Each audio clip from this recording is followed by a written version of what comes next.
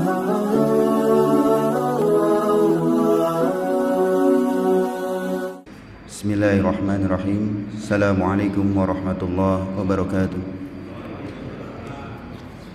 Alhamdulillah, alhamdulillahi rabbil alamin, wa bihi nasta'inu ala umuri dunya waddin. Asyhadu an la ilaha illallah wahdahu la syarika lah, wa asyhadu anna Muhammadan abduhu wa rasuluhu la nabiyya ba'dah. Allahumma shalli wa sallim wa barik ala Muhammadin wa ala alihi wa sahbihi ajmain, amma ba'du. Yang kami hormati Ketua DKM MRTK, Pak Imam, kemudian juga para asatiz di sini, Ustadz Aos, dan para asatiz yang lainnya, saudara-saudaraku jamaah subuh Masjid Raya Telaga Kahuripan yang selalu dirahmati Allah Subhanahu wa taala. Segala puji bagi Allah, Rabb semesta alam, pemilik diri kita, pemilik alam semesta kita ini, yang selalu kita puji dan puja dengan mengucapkan hamdalah, alhamdulillahi rabbil alamin. Karena memang segala puja dan puji yang berhak hanya Allah. Kita selaku makhluknya sama sekali sedikit pun tidak ada kontribusi untuk sebuah pujian tersebut, karena semata-mata pujian tersebut hanyalah milik Allah Subhanahu wa ta'ala. Salawat beserta salam mari kita panjatkan bagi manusia terbaik, pemimpin para nabi kelak di surga, manusia yang telah mengubah peradaban yang buruk menjadi peradaban yang baik, manusia yang namanya telah dicatat oleh Allah Subhanahu wa ta'ala di arsy sana, dan manusia yang perjuangannya penuh perjuangan, hidupnya penuh perjuangan, tidak semudah kita, namun beliau tetap konsisten berjuang. Beliaulah Rasulullah Muhammad sallallahu alaihi wasallam. Allahumma shalli wa sallim wa barik alaihi. Bapak-bapak, ibu-ibu yang dirahmati Allah Subhanahu wa ta'ala, sebuah kenikmatan bagi kami untuk dapat berkumpul kembali di Masjid Raya Telaga Kahuripan. Seperti apa ya, saya kembali ke sini ini seperti sebuah impian, bisa kembali bersama-sama, beribadah bersama-sama, berkumpul, bersenda gurau, dan semoga perasaan ini kembali kita dapatkan kelak nanti di surga nanti, insya Allah. Karena kelak kalau kita memang benar-benar beriman, insya Allah kita akan dikumpulkan kembali di surga dalam sebuah reuni besar. Oleh karena itu, bapak-bapak, ibu-ibu yang dirahmati Allah, kalau misalnya nanti di surga saya belum nemuin saya gitu ya, tanyain ke Allah ya. Khawatir sayanya bukan di surga, karena pilihannya cuma dua kan. Karena insya Allah sesama saudara kita bisa saling menolong, bisa saling memberikan syafaat. Oleh karena itu bapak-bapak yang dirahmati Allah, semoga perasaan ini terus terpelihara agar kita bersatu secara hati. Bapak, ibu-ibu yang dirahmati Allah Subhanahu wa ta'ala, ketika saya baru datang, Pak Jalu minta dan teman-teman minta Pak Irfan cerita tentang Islam di Papua gitu. Karena memang kami selama ini bukan menghilang sih ya, cari ma'isyah lah ya, berpetualang ke satu negeri di atas awan sana, negeri yang tingginya di atas 2000 meter. Jadi awan itu selalu di kaki kita atau di sejajar mata kita itu, di mana suhu tertingginya 18 derajat. Keren kan ya? Di Indonesia gitu loh. Di Indonesia kalau ngomong tiap pagi, kalau misalnya tiap malam atau siang-siang ngomong itu kayak berasap gitu mulutnya. Suhu tertinggi 18. Kalau pagi-pagi ini biasanya 11. Masya Allah, itu indah banget Indonesia. Dan memang sedikit pengalaman saja ya, saya nggak begitu pede gitu menceritakan bagaimana Islam di Papua gitu, karena saya memang pergaulan saya belum terlampau dalam di sana. Tapi yang pasti bapak-bapak yang dirahmati Allah Subhanahu wa taala, adalah salah kalau misalnya kita berpikir Papua itu identik dengan non muslim. Kurang tepat. Banyak saudara-saudara kita asli Papuan, kita menyebutnya Papuan gitu ya, orang-orang Papua yang asli Papua itu sudah kakek nenek buyutnya itu sudah muslim terlebih dahulu. Terutama yang tinggal di pesisir, di Fak-Fak, Biak, Sorong gitu ya. Itu banyak sekali dari kakek buyutnya. Jadi bukan ininya, bukan yang baru-barunya saja, tidak, dari kakek buyutnya itu sudah muslim. Meskipun yang non muslim juga kami baik gitu ya, baik, orang-orang tersebut baik sekali. Yang nggak baik itu politiknya kadang gitu ya, yang nggak baik kadang politiknya. Tetapi kalau misalnya secara pergaulan, masya Allah, ketika ke Papua itu benar-benar yang pertama, kesan saya yang pertama itu adalah Indonesia luas banget luasnya. Penerbangan kalau direct gitu ya, atau penerbangan langsung dari Jayapura ke Jakarta, ke Suta, itu penerbangan menempuh 4 jam 40 menit. Sedangkan dari Turki, dari Istanbul ke London itu 4 jam. Artinya apa? Jayapura, Jakarta itu lebih jauh daripada Istanbul ke London. Bayangkan Pak, negeri kita indah banget, luas banget, lebar banget. Maka tidak ada kata selain alhamdulillahirabbil alamin kita besar menjadi orang Indonesia. Indonesia itu luar biasa, luas. Itu baru penerbangan direct 4 jam 40 menit, lebih jauh daripada Istanbul ke London. Artinya Indonesia itu luasnya itu lebih luas daripada Eropa, atau minimal luasnya sama lah seperti Eropa. Jadi kalau ngebayangin Indonesia, cuman kan kalau di peta kan kayaknya Indonesia kecil gitu ya. Enggak, Indonesia itu sama saja seperti luasnya, panjangnya itu seperti Eropa, seluas Eropa itu loh. Hanya saja dulu kita katanya ya, meskipun ini konon katanya kita dijajah Belanda 3,5 abad, agak bohong juga gitu ya, agak kurang tepat lah gitu ya. Belanda itu, luas Belanda itu paling cuma seluas Kabupaten Bogor saat ini sebelum dipecah nanti. Nggak sampai mungkin, masih mungkin lebih luas Kabupaten Bogor. Kok bisa menguasai Indonesia yang luasnya seluas benua Eropa? Itu kadang terpikir gitu ya. Kadang saya kalau misalnya lagi flight gitu, ya Allah ya Rob gitu, lama banget gitu, sampai pegel badan gitu ya, mau bergerak juga susah, mau ke toilet juga lavatorynya kecil banget gitu. Jadi apa, terikat di kursi itu cukup lama gitu, lama banget. Saya bersyukur kalau misalnya penerbangannya singgah dulu di Makassar, bisa jalan-jalan dulu, badan gerak-gerak badan dulu gitu ya, karena pegel duduk di kursi pesawat itu sekian jam lamanya. Dan ketika kita ngelihat dari atas itu, masya Allah, indah sekali.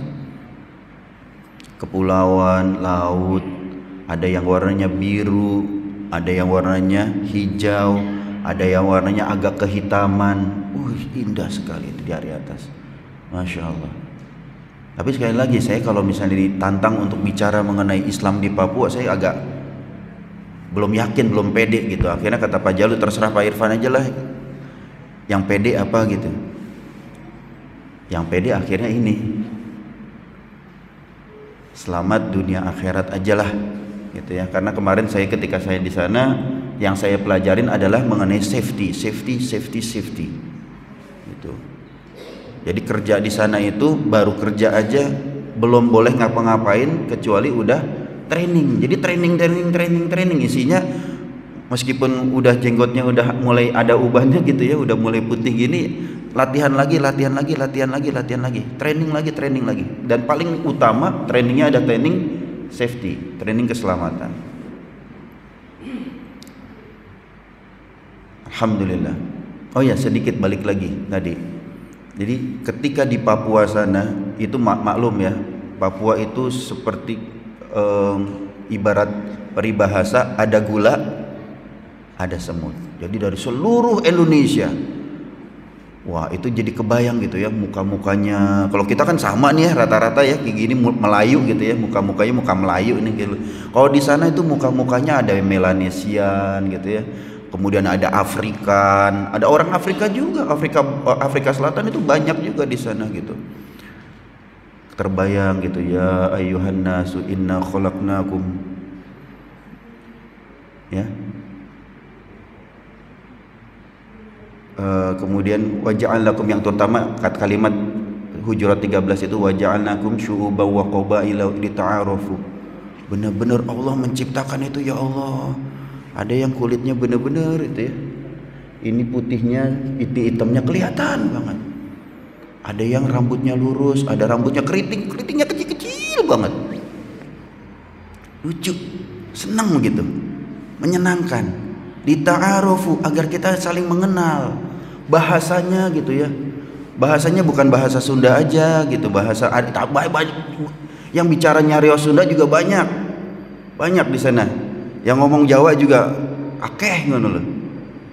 Wah, akeh tenan sing matur Jawa dia akeh tenan. Tapi juga banyak yang bicara dengan bahasa-bahasa yang lain. Benar-benar persatuan Indonesia. Kalau di Jakarta saya bilang, kalau di Jakarta ada Taman Mini Indonesia Indah tapi berupa bangunan. Di Papua ini Taman Mini Indonesia Indah berupa orang-orangnya.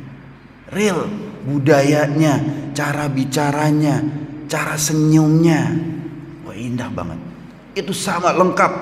Ketika ditanya dari mana mas, dari Aceh ada, Sumatera banyak, Medan, gak kehitung. Apalagi Jawa sama Sunda, udah banyak banget. Kalimantan juga ada, Manado, Jadi di sana banyak ada perkumpulan Manado, ada perkumpulan ya Sulawesi Selatan, dan Papuan itu sendiri, teman-teman Papuan itu sendiri. Dan luar biasa tadi, luar biasa kami berinteraksi itu bisa enak sekali, gitu ya.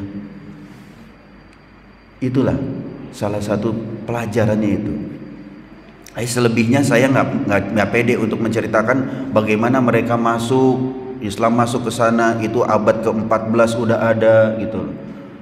Berdasarkan saya cuma berani baca sedikit aja, ntar lain kali mungkin lah ya, kalau misalnya sudah selesai baca-baca jurnal-jurnal mengenai penyebaran Islam di Indonesia Timur itu hampir seperiode juga dengan masuknya Islam di Pulau Jawa ini. Bagaimana mereka kerajaan Maluku itu, Bone itu menyebar di sana. Bahkan teman-teman kita gitu, saudara-saudara kita dari Maluku dan juga dari Sulawesi itu sudah masuk sampai ke Darwin, Australia. Jadi jauh ratusan tahun sebelum orang kulit putih, orang Eropa datang ke Australia. Orang-orang kita itu sudah bukan hanya berinteraksi, udah nikah, punya cucu,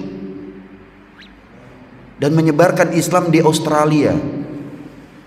Sampai Australia. Apalagi ya tadi Raja Ampat itu lebih dari 50% Muslim itu. Banyak sekali, luar biasa. Nanti lagi lah ya kalau misalnya bicara Islam di Papua, saya belum pede saat ini, saya belum pede, belum menguasai banget mengenai ini. Tapi yang pasti teman-teman saya itu namanya Pak Johari, namanya kasih kan, Johari Hobro, Johari Hobro, Mukhtar Ba'a, itu orang-orang asli Biak. Kalau Pak Mukhtar Ba'a asli Biak, kemudian Pak Johari Hobro itu Fak kalau nggak salah.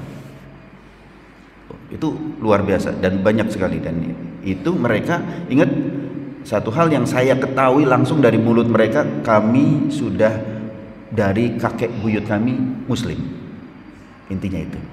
Jadi jangan bayangkan Papua itu hanya pedalaman saja yang masih pakai koteka, ya meskipun sekarang udah mulai hilang lah gitu ya. Tidak. Tapi yang kurang dari kita umat Islam adalah apa? Semangat dakwahnya masih kalah sama teman-teman saudara-saudara kita yang Nasrani, yang punya misi dan zending ke sana. Mereka masuk sampai ke pedalaman-pedalaman dan menyebarkan agama mereka. Itu saja bedanya. Gitu ya. Semangat kita masih kurang untuk dakwah di situ, masih mungkin itu koreksi buat kita juga. Tapi biarkanlah itu nanti berkembang. Nah, bapak-bapak yang dirahmati Allah Subhanahu wa taala, ketika saya berawal di sana, maka saya harus latihan ini dulu nih. Safety setnya banyak gitu ya. Dan pelatihannya bukan hanya pelatihan sekedar datang, tapi juga ada ujiannya. Jadi bukan hanya sekedar pengetahuan saja, tapi juga keterampilan dan juga sikap. Ini 3 hal. Jadi pelatihan berbasis kompetensi kita menyebutnya gitu. Jadi pelatihan mengenai keselamatan. Maka saya ambil temanya selamat dunia dan akhirat. Allah Subhanahu wa taala berfirman, A'udzubillahi minasyaitonirrajim. Bismillahirrahmanirrahim. Wala taqtulu anfusakum. Innallaha kana bikum rahima. Janganlah kamu membunuh diri kamu sendiri, menyakiti diri kamu sendiri. Jadi bunuh diri itu adalah dosa yang sangat besar. Kenapa? Karena Allah aja sayang sama kita. Innallaha kana bikum rahima. Bukan pada kalian, Allah tuh sayang. Kenapa kita nggak sayang sama diri kita sendiri? Itu dia yang bisa kita ambil ya. Ketika pelajaran safety yang bisa saya ambil adalah ini. Dan banyak sekali korelasinya dengan kondisi kita di sini, di mana sering kita mengabaikan prinsip-prinsip keselamatan ini. Sering kali kita mengabaikan prinsip-prinsip keselamatan. Oleh karena itu tinggi sekali kecelakaan di Indonesia. Jadi ini masih hangat ya, yang viral kemarin baik di TV dan juga di media sosial, kecelakaan di jalan tol. Baru beberapa hari ini kecelakaan, mohon maaf ya, gambarnya agak kurang pas sebenarnya ya. Ini yang sebelah kiri ini kecelakaan yang di Batang.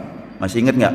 Fortuner ngajar truk yang sedang mogok. Tapi mogoknya 2 hari gitu loh. Di tol Batang itu mogok 2 hari, kok dibiarin aja gitu. Saya bingung juga gitu. Ini nggak beres juga, nggak safe juga gitu, nggak selamat juga ini gitu. Udah gitu, yang nabrak juga aneh. Truk itu ada di pinggir.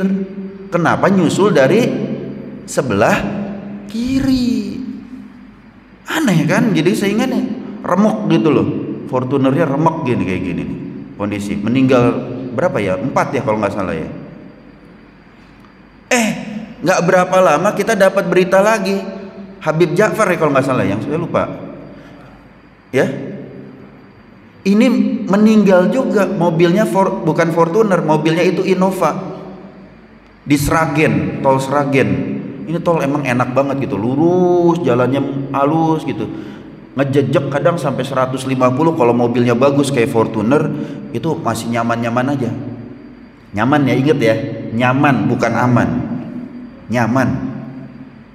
Saya pernah nyoba pakai CR-V 150 itu cuman goyang-goyang dikit aja gitu. Udah jangan lebih, udah turunin lagi. Cuman nyoba doang gitu, nyoba. Paham itu salah gitu lah. Paham itu salah, jangan dilanjutin. Udah jangan. 100 itu udah angka yang aman lah. 100, 110 masih aman lah. Meskipun batas kecepatan adalah 100 kan gitu. Jangan. Jangan lebih dari 120 deh. Jangan. Kenapa? Karena kalau misalkan 100 meter saja, 100 meter kita, mohon maaf, kecepatan 100 km per jam, maka kita butuh lebih dari 100 meter untuk berhenti dengan selamat. Jadi nggak bisa itu, mau secanggih apapun mobilnya, kita jejak, apalagi yang nggak pakai sistem ABS ya, cek, mobil bisa melintir.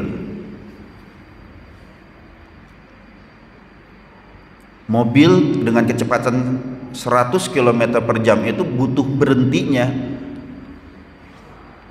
lebih dari 6 detik, nggak bisa kita. Begitu berhenti kemudian berhenti gitu seperti kita inginkan, tidak bisa. Jadi udah, ini terutama ini ya, masalah keselamatan. Yuk kita ini lihat dulu datanya ini ya. Ini data dari kepolisian ini ya. Ada 130.867 kasus di tahun 2023 yang menelan biaya itu kurang lebih kebuang nih, duit yang kebuang itu 258,18 miliar rupiah. Dan kalau melihat dari statistiknya, memakan korban kecelakaan itu laka lantas itu 198.251 orang korbannya. Terdiri dari luka ringan ini 83% luka ringan. Tapi yang fatal, yang mati, ini yang mati ya, itu sekitar 10%. Yang warnanya orange nih, 10%. Aduh ini ya, mudah-mudahan Allah kasih rezeki ya. Ini udah agak kuning gini.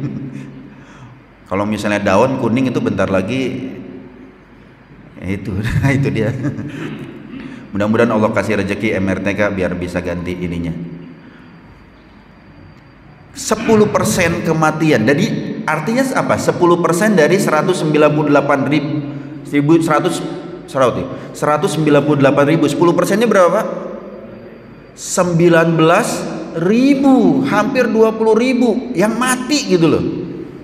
Mati di jalanan. Ini luar biasa, ini nyawa, ini mainannya. Bicaranya nyawa ini. Belum yang luka berat 7%. Artinya apa? Kalau 10% saja dari 198.000, artinya 19.000 nyawa melayang per tahun. Bagi per tahun itu berapa hari? 365 hari rata-rata. Artinya berapa itu? Ya, kita bagi itu. Artinya per jamnya kalau misalnya itu dibagi jadi 15, kemudian dibagi dalam sejamnya berapa? Sehari berapa? 24 jam gitu ya. 24 jam bagi lagi, artinya sejamnya itu 3 nyawa melayang.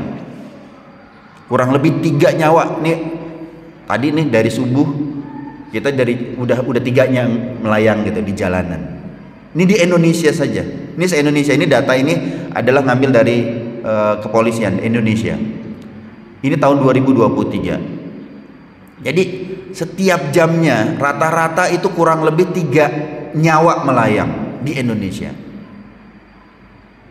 Dan memang paling besar, faktor terbesarnya itu faktor manusia, 61%. 9%-nya faktor kendaraan kata polisi. Tapi balik lagi, faktor kendaraan, yang ngecek kendaraan siapa?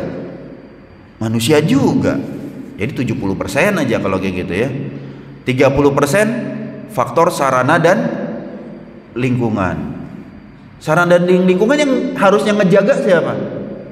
Manusia juga. Jadi ini luar biasa, ini nyaris bisa dikatakan ya semuanya manusia juga gitu ya. Baik, Bapak-bapak yang dirahmati Allah Subhanahu wa taala. Kemudian kami belajar mengenai safety investigasi. Kalau misalnya disebutnya pelatihan investigasi kecelakaan. Jadi kayak belajar jadi kayak KNKT gitu ya. Jadi kami di sana juga belajar seperti bagaimana seorang petugas KNKT, Keselamatan Nasional Transportasi itu belajar menyelidiki investigasi, dan didapatkan seperti ini. Analisa penyebab kecelakaan yang gampang deh gitu. Penyebab kecelakaan itu disebabkan apa? Ada penyebab langsungnya, ada penyebab dasarnya, ada putaran kontrolnya. Lalu hubungannya apa ini? Bacanya gimana? Gini, setiap kecelakaan itu pasti menimbulkan kerugian. Kerugian tersebut bisa kerugian manusianya, luka, ya, kemudian cacat, kehilangan waktu kerja, kehilangan produktivitas, itu manusia. Dan juga kerugian harta bendanya. Harta benda rusak ya tadi yang 250 miliar itu kurang lebih kerugiannya itu. Itu timbul karena apa? Karena ada insiden. Insiden ini terjadi kontak. Kontak itu bisa energi dan bahan. Dan apa penyebab langsungnya? Penyebab langsungnya adalah hal yang tidak standar. Ini dia yang harus yang bisa kita lakukan adalah, dan setiap insiden itu, setiap kecelakaan itu bisa diatasi sebenarnya, bisa dicegah. Setiap kecelakaan itu bisa dicegah. Memang faktor dari Allah udah takdir, tapi jangan bilang takdir kalau kita belum berusaha. Jadi ingat kan ada sahabat yang ini pasrah sama Allah, tawakal, tapi onta kamu gimana? Wah, saya pasrah sama Allah ya Rasul. Ikat dulu tontanya gitu loh, usaha dulu, azam dulu, berazam dulu, berusaha maksimal dulu. Fatawakkal ala Allah, baru setelah itu bertawakal. Maksimalkan usaha dulu, kurang lebih seperti itu. Dan ini yang paling yang bisa kita usahakan adalah ini, faktor-faktor 3 yang kuning ini yang kita bisa cegah. Kenapa? Karena penyebab langsungnya itu adalah 2 hal saja. Kecelakaan apapun ya, apapun kecelakaannya, ini sudah dirumuskan oleh para ahli, penyebabnya hanya 2. Yang satu, tindakan tidak aman. Yang kedua, kondisi tidak aman. Udah itu aja penyebabnya itu. Kalau misalnya investigasi gitu ya, investigasi kecelakaan, cuma 2 yang kita harus cek adalah apa tindakan tidak aman yang dilakukan, apa kondisi tidak aman yang terjadi. Karena kalau misalkan kita berpikir di sini, kelemahan kontrol, kelemahan sistem kontrol itu akan menyebabkan jatuhnya efek domino. Di mana nih kelemahan sistem kontrol? Contoh, sejak dari penerbitan SIM saja. Kalau caranya nembak, sehingga orang yang nggak berkompeten, yang nggak punya keahlian bawa motor, itu yang salah siapa? Sistemnya. Kelemahan sistem ini, kalau jatuh dia, ini efek domino. Maka ini akan menyebabkan faktor manusianya itu terangkat. Manusia yang nggak patut punya SIM karena SIM-nya nembak, karena kelemahan sistem kontrol, akhirnya manusianya tadi make motornya kurang keterampilan. Bisa karena kurang keterampilan, bisa juga karena kebut-kebutan, nggak mikir, nggak pakai standar. Inilah kondisi atau tindakan tidak aman. Ngebut itu adalah tindakan tidak aman. Naik motor, naik mobil, mengemudikan mobil tanpa SIM, itu adalah tindakan tidak aman.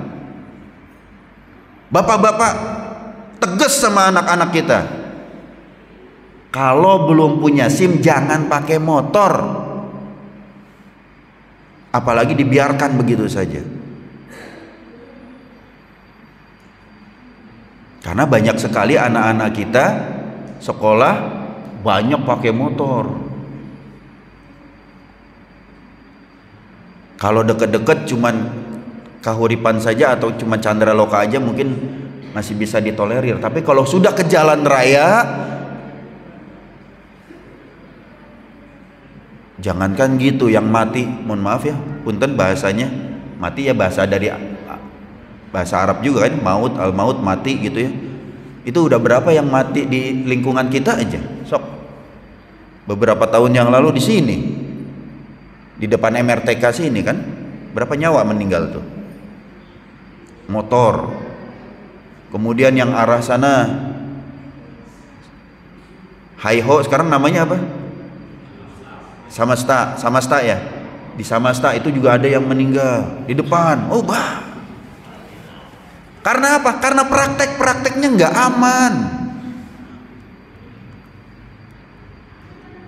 Ya, itu faktor ini akan menyebabkan efek domino selanjutnya apa? Terjadi insiden. Insiden itu bisa kebagi dua, nyaris sama kecelakaan, sama accident. Kalau sudah kecelakaan pasti ada kecederaan, bisa menyebabkan cedera, cacat, bisa juga mati. Timbullah kerugian. Kalau kerugian pasti ada biaya. Sok nguburin orang juga biaya, betul nggak? Nguburin manusia aja ada biayanya. Belum lagi kendaraannya. Sudah, bapak-bapak yang punya anak-anak, apalagi yang masih SD gitu ya, udah jangan larang lah, biarin mereka nangis, jangan pakai motor. Kenapa? Nggak aman, belum aman. Kenapa SIM diberikan? Ini juga ada dari sisi bidang pendidikan. Kenapa SIM diberikan di umur 18 tahun? Karena laki-laki, terutama karena yang banyak ini ada laki-laki. Laki-laki otak kanan dan otak kirinya itu baru imbang di usia 18 tahun, di akhir masa remaja. Makanya kenapa kalau laki-laki, anak laki-laki itu yang berkembang dulu adalah otak kanannya dulu. Otak kanan ini yang menghayal gitu loh, menggambar. Makanya anak laki-laki itu yang cenderung dominan sampai usia remaja itu yang sebelah kanan. Makanya anak laki-laki itu suka sekali ciat-ciatan kan. Wah, melihat gagang sapu aja jadi pedang. Stak. Itu otak mana? Otak kanan. Dan laki-laki itu cenderung susah disuruh belajar karena belajar itu pakai otak kiri. Nah, otak kanan dan otak kiri manusia, terutama laki-laki ini baru sempurna cara bekerjanya itu di usia remaja. Akhir tapi usia 18 tahun. Maka ketika anak SD gitu ya, masih usia SD, itu naik motor itu yang kepikiran itu udah kayak Marc Marquez aja gitu loh. Apalagi udah mulai mahir gitu ya. Maka mereka udah gayanya udah kayak Marc Marquez gitu. Kadang boncengan, yang satu ngadep belakang. Kenapa? Masih otak kanan. Makanya jangan dikasih, saya bilang. Kalau dikasih, bapak siap-siap bertanggung jawab di hadapan Allah Subhanahu wa taala. Siap-siap ditanya sama Allah Subhanahu wa taala, apa kamu kasih anakmu untuk menjadi celaka?" Ingat ya Pak ya. Kita laki-laki di sini, apalagi yang laki-laki terutama di sini, kita akan dimintai pertanggungjawaban. Jangan dikira orang yang celaka itu itu karena udah gampangnya kan kita aman nih gitu ngomongnya kan gitu ya, karena takdir dari Allah Subhanahu wa taala. Iya takdir, tapi takdir ini disebabkan penyebabnya karena tindakan bukan. Kalau karena tindakan, maka tindakan kita yang akan ditanya oleh Allah Subhanahu wa taala. Kenapa kamu sampai menghilangkan nyawa orang lain, atau kenapa kamu sampai menghilangkan nyawamu sendiri? Itu dia. Jadi kalau kita ngelihat tadi, kita lanjut ya sedikit di sini. Jadi ada prakontak, kontak dan pos kontak. Kalau udah pos kontak kita nggak bisa ngapa-ngapain lagi. Ketika kontak ini terjadi kejadiannya. Kalau prakontak, nah ini yang bisa kita cegah, melakukan pencegahan, manajemen sistem, safety management sistemnya di sini yang kita bisa lakukan. Apa? Mulai dari perbaikan sistem, Mulai dari persiapan orangnya, pekerjaan dan lingkungannya, dan juga bagaimana menghilangkan tindakan tidak aman dan kondisi tidak amannya. Kita lihat satu persatu di sini. Tindakan tidak aman itu apa saja ya? Tindakan tidak aman ini antara lain, satu, gagal mematuhi aturan. Aturannya berhenti, jalan terus. Aturannya lampu merah berhenti, jalan terus. Itu gagal memenuhi aturan. Betapa banyak orang yang tadi mobil truk kalau sudah memang macet, maksudnya sudah mogok, kenapa dibiarkan berhari-hari? Ini gagal ini memenuhi aturan. Nggak boleh berhari-hari. Mobil kalau jalan di jalan tol itu ada batas minimalnya. Jangan salah. Gitu. Kemudian yang kedua, mengoperasikan tanpa izin atau izinnya nembak, salah juga. Mengoperasikan pada kecepatan yang tidak seharusnya. Misalnya tadi di jalan tol tadi ya, jalan tol itu ada minimal kecepatannya. Berapa minimalnya Bapak-bapak? 60 km per jam. Ada truk yang jalannya masih diizinkan. Salah. Tindakan tidak aman ini. Jangan lewat tol kalau jalannya cuma 30. Kenapa? Karena yang lain jalannya 60, 80, 90. Bahaya. Kemudian berikutnya lagi, mengabaikan perangkat keselamatan. Harusnya naik motor itu pakai helm gitu kan, naik mobil pakai sabuk pengaman. Nggak asik, nggak enak, lepas saja. Tuh bisa menyebabkan celaka. Kemudian menggunakan alat yang cacat, biarinlah, mahal perbaikannya. Jangan dibiarkan. Ingat Bapak-bapak, kita akan dimintai pertanggungjawaban sama Allah. Kalau membiarkan ada barang cacat tetap dipakai sama anak kita atau kita pakai sendiri. Udah tahu bannya ogel-ogel, ogek, tetap dipakai. Alasannya nggak punya duit. Ya kalau nggak punya duit, jangan dipakai. Jalan kaki aja, naik kendaraan umum. Daripada menimbulkan kecelakaan. Jangan dipaksakan. Kemudian menggunakan alat dengan secara tidak benar, penempatan tidak benar, bersenda gurau. Bocah-bocah nih naik motor nih bersenda gurau, itu adalah tindakan bagian dari tindakan tidak aman dalam pengaruh alkohol atau obat-obatan. Kadang makanya kan kalau kita makan obat gitu ya, itu seringkali ada tulisannya, hati-hati obat ini dapat menyebabkan kantuk.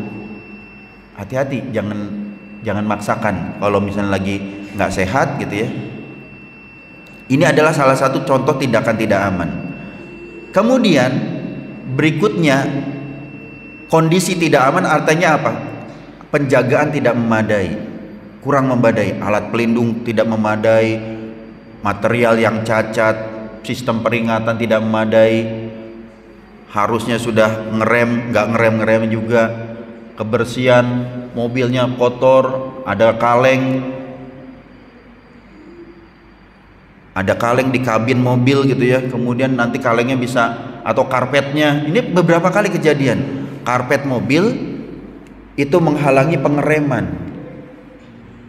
Maka sediakan tempat sampah di mobil Bapak-bapak, sediakan tempat sampah di mobil. Jangan kita gayanya gaya mobilnya sih mobil mahal gitu ya, tapi buang sampahnya buka jendela lempar ke jalan. Aduh, itu malu-maluin banget gitu loh. Mobil Mercy, mobil BMW, tapi ngebuangnya ke jalanan. Aduh, itu malu-maluin. Sediakan tempat sampah, itu bagian dari keselamatan kita. Kemudian kondisi lingkungan yang bahaya, ventilasi, pencahayaan tidak memadai atau berlebihan. Ini juga kondisi-kondisi tidak aman. Bapak-bapak, lalu korelasinya apa ini? Sedikit. Apakah kita akan selamat di akhirat? Kalau tadi masalah dunia, iya, tapi ada korelasinya. Ada sangat hubungannya. Ingat, setiap apa yang kita lakukan di dunia ini pasti dimintai pertanggungjawaban oleh Allah. Seperti tadi imam membaca, "Faman ya'mal mithqala dzarratin khairan yarah wa may ya'mal mithqala dzarratin syarran yarah." Mau berbuat baik sekecil apapun pasti ada balasannya. Mau buat berburuk atau kurang baik sekali kecil apapun pasti ada balasannya, pasti dibalas. Sekarang saya tanya ini, siapa pemilik badan kita ini? Pak Jalu udah bilang Allah. Bapak-bapak, Pak Lukman, yakin? Bukan punya bapak? Tarik balikin ke tanah. Tapi punten-punten, pernah kalau kita misalkan gini ya, ini kalau kita yakin badan kita milik Allah, kita gampangannya gini, artinya bukan milik kita kan? Badan ini bukan milik kita. Yakin gak nih? Yakin. Kalau misalnya nggak yakin repot. Ini arti kita beda keyakinan. Gitu aja. Harus yakin dulu. Kalau kita yakin badan ini bukan milik kita, badan ini milik Allah, maka ingat, kita cuman dapat hak guna pakai aja. Boleh make ya, kayak kita dikasih kendaraan inventaris sama kantor. Kita pakai kendaraan inventaris sama kantor. Kalau ditarik sama kantor marah nggak? Enggak, itu punya kantor. Tapi pertanyaan berikutnya adalah, kalau kendaraan inventaris maka dipelihara, wajib dipelihara nggak? Wajib. Boleh nggak mesin nih, mesin diesel nih kita isi pakai bensin? Boleh nggak? Pak, kan bensin lebih bagus nih pembakarannya. Ini mesin diesel kita isi pakai bensin, boleh nggak? Kenapa nggak boleh? Mogok. Harus sesuai speknya, harus sesuai aturannya. Tubuh kita, sekali lagi tadi, tubuh kita ini bukan punya kita, punya Allah. Balikin lagi ke Allah. Tugas kita adalah memeliharanya. Makanya Pak, kalau makan yang sehat, minuman juga yang sehat. Adik-adik, minuman jangan yang banyak pengawetnya. Kenapa? Nggak baik buat tubuh kita. Nanti kita harus pertanggungjawaban kepada Allah Subhanahu wa Ta'ala. Ngerawatnya bener nggak? Ini menyebabkan kondisi tidak aman tidak?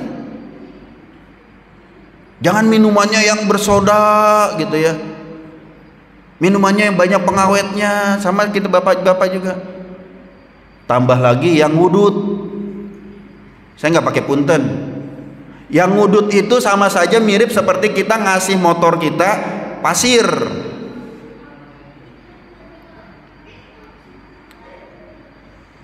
Motor kita yang harusnya ganti oli, kita nggak ganti oli. Ganti olinya bukan pakai oli, pakai pasir. Atau oli mesinnya diganti, mahal oli mesinnya, ganti pakai oli dari dapur. Kan sama-sama minyak katanya gitu kan, ganti. Boleh nggak? Nggak boleh. Lalu kenapa tetap merokok? Itu aja gampang. Merokok itu ngerusak badan kita. Udah jelas merokok itu merusak badan kita. Kenapa tetap dilanjutkan? Sok pilihannya nanti kalau misalkan, jangan sampai ya nanti ini udah istilahnya saya juga hanya mengingatkan diri saya sendiri. Saya termasuk orang yang setuju sama fatwa dari saudara-saudara kita Muhammadiyah itu mengatakan bahwa rokok itu haram. Udah selesai. Meskipun sayang banyak orang-orang Muhammadiyah juga tetap ngudut. Nah, itu mah perihal yang lain.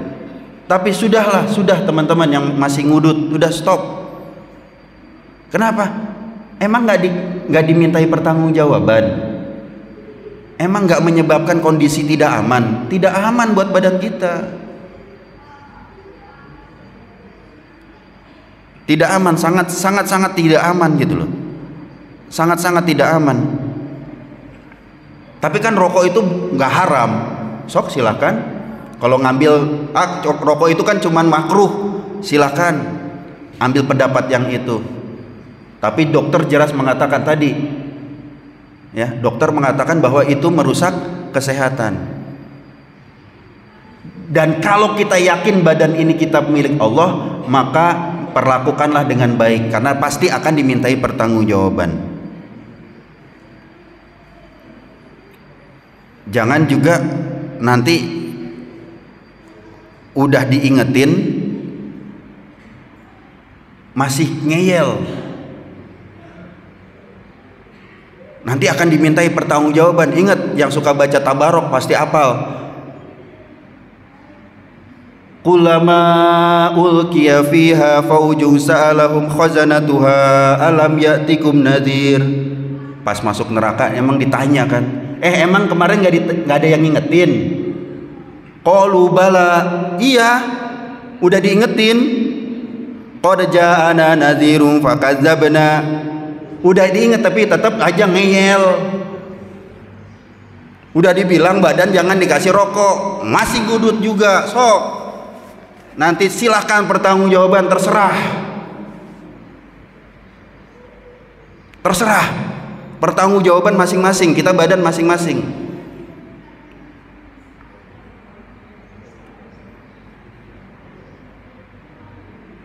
Jadi jangan sampai kita seperti orang-orang kafir gitu loh, karena kita nggak tahu, bapak-bapak, kita nggak tahu kita hidup berapa lama lagi. Dan bagaimana ketika kalau misalnya terjadi kecelakaan, pasti kita akan ditanyakan oleh Allah Subhanahu wa taala, kenapa kamu sampai mati? Karena ulahmu sendiri. Kan tadi di ayat awal adalah jangan membunuh diri kamu, jangan mencelakai diri kamu sendiri. Stop.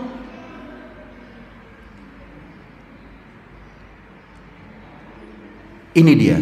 Apakah kita sudah hidup sesuai aturan? Tadi ini kan prinsip tadi ya, kondisi tidak aman, tindakan tidak aman. Apakah kita hidup sudah sesuai aturan yang digariskan oleh Allah Subhanahu wa taala? Apakah kita makan sudah sesuai aturan dari Allah Subhanahu wa taala? Dan apakah kita sudah menggunakan fasilitas sesuai izin? Kadang kita yang repot ya kalau main bisnis gitu, main proyek.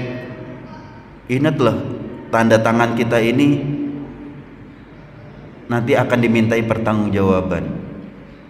Kita menggunakan fasilitas, kita menggunakan memakan makanan yang bukan hak kita, mengambil bukan hak kita, itu akan dimintai pertanggungjawaban oleh Allah Subhanahu wa taala. Karena ini menyebabkan kondisi tidak aman. Buat gimana? Buat kita di akhirat kelak. Saya tutup, bapak-bapak yang dirahmati Allah. Tahu ini siapa? Ada tulisannya.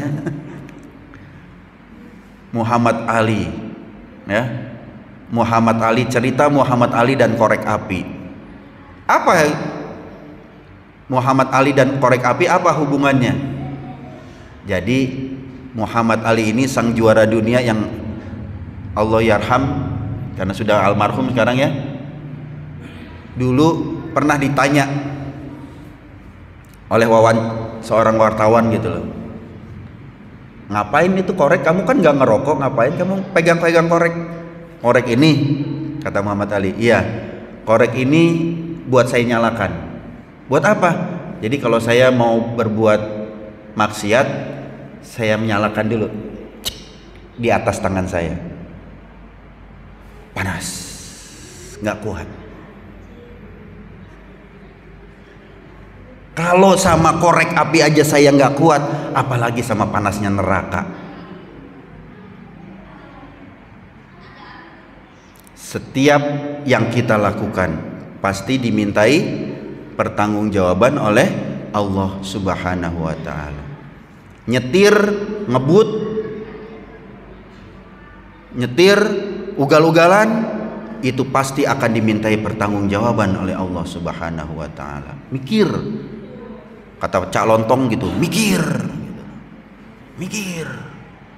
Jadi sebelum mencelakakan diri kita, sebelum mencelakakan keluarga kita, sebelum mencelakakan orang lain, mikir.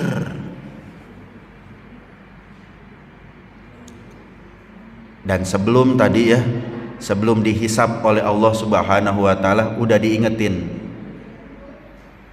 Jangan sampai seperti orang tadi ya, baru nyeselnya di yaumil hisab, apalagi baru nyeselnya di neraka. Qalu bala qad ja'ana nadhirum, udah ada yang ngingetin, fakadzabna, tapi saya nggak mau ikut. Itu saja. Semoga Allah Subhanahu wa taala mengampuni kita semua, mengampuni orang tua kita, mengampuni guru-guru kita, mengampuni kita dan dosa-dosa kita. Semoga kita bisa menjadi orang-orang yang sadar, menjadi orang-orang yang selamat, melakukan tindakan-tindakan yang selamat saja, baik untuk dunia kita dan juga untuk akhirat kita. Demikian, maafkan kekurangan kami, kefakiran kami dalam ilmu. Billahi taufiq wa hidayah. Assalamualaikum warahmatullahi wabarakatuh.